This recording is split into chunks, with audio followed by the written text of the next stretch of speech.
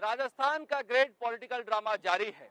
राजस्थान समेत पूरे देश में कांग्रेस कार्यकर्ता राजभवन पर धरना देंगे, मगर धरना इस बात के लिए देंगे कि कोरोना इतना ज्यादा फैला हुआ है कि राजस्थान के कांग्रेस के विधायक और राजस्थान की सरकार विधानसभा में चर्चा करना चाहती है, पर राज्यपाल चर्चा करने नहीं दे रहे हैं।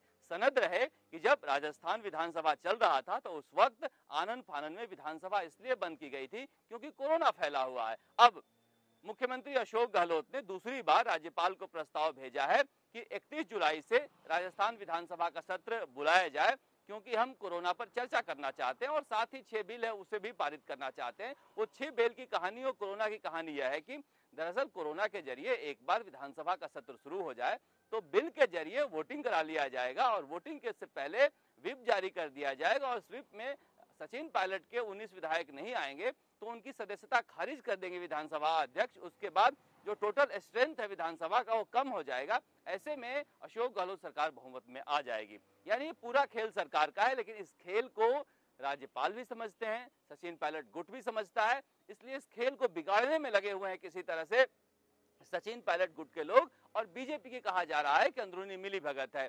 अब इसमें राज्यपाल ने साफ साफ कहा है कि 21 दिन की नोटिस देना पड़ेगा।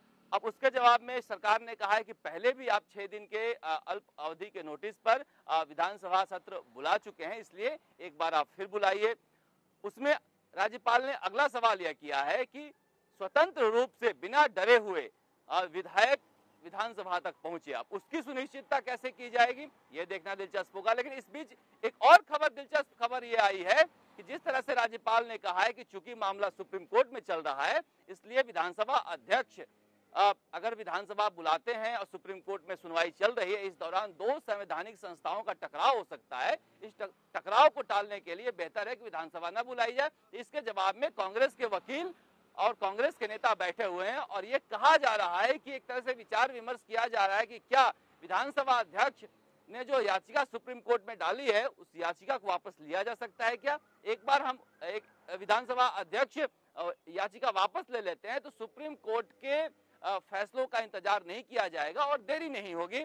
ऐसे में विधानसभा अध्यक्ष अपना निर्णय विधानसभा के अंदर ले सकते हैं। लेकिन क्या सुप्रीम कोर्ट इसकी इजाजत देगा कि इतनी सुनवाई होने के बाद विधानसभा अध्यक्ष वापस ले याचिका को।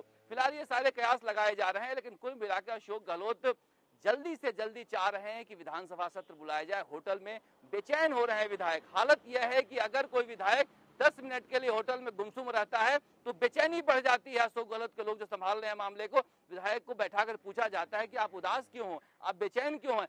हालत यह है कि अगर कोई विधायक आधे घंटे तक कमरे में बंद रहता है तो दरवाजा जाकर ठकठकाते हैं कि आप अंदर ठीक तो हो, ठीक तो है, कोई चर्चा तो नहीं चल रही है, कहीं कोई दिक्कत तो नहीं है। तो आप समझा जा सकता है कि कितना प्रेशर है इन विधायकों को संभालने में। दूसरी तरफ इसी तरह से सचिन पायलट गुट के जो विधायक गए हैं वो उनकी वीडियो तो आ रहे हैं लेकिन उनकी सूरत किसी ने नहीं देखी है, इस कदर से उनको बंद करके रखा गया है। तो कुल मिलाकर ये जो बाड़ेबंदी हुई है, विधायक बंद करके रखे गए हैं, वो जल्दी से जल्दी निकलना चाहते हैं। लेकिन निकलने से पहले दोनों ही दल ये चाहते हैं कि अपने किले को सुरक्षित रखें और दूसरे में सेंध भी लगाएं। यही वजह है कि राज्यपाल के जरिए, सुप्रीम कोर्ट के जरिए, सड़क पर उतर के राजभवन के घेराव के जरिए एक दूसरे को मात देने की कोशिश हो रही है। सहमात का खेल जारी है, लुका छिपी का खेल जारी है और कोशिश दोनों तरफ से हो रही है कि किसी तरह से एक दूसरे को हम मात दें और अंतिम जो विजय है वो हमारे पक्ष में हो। कैमरामैन शर्मा के साथ राजस्थान तक के लिए शरद कुमार, जयपुर।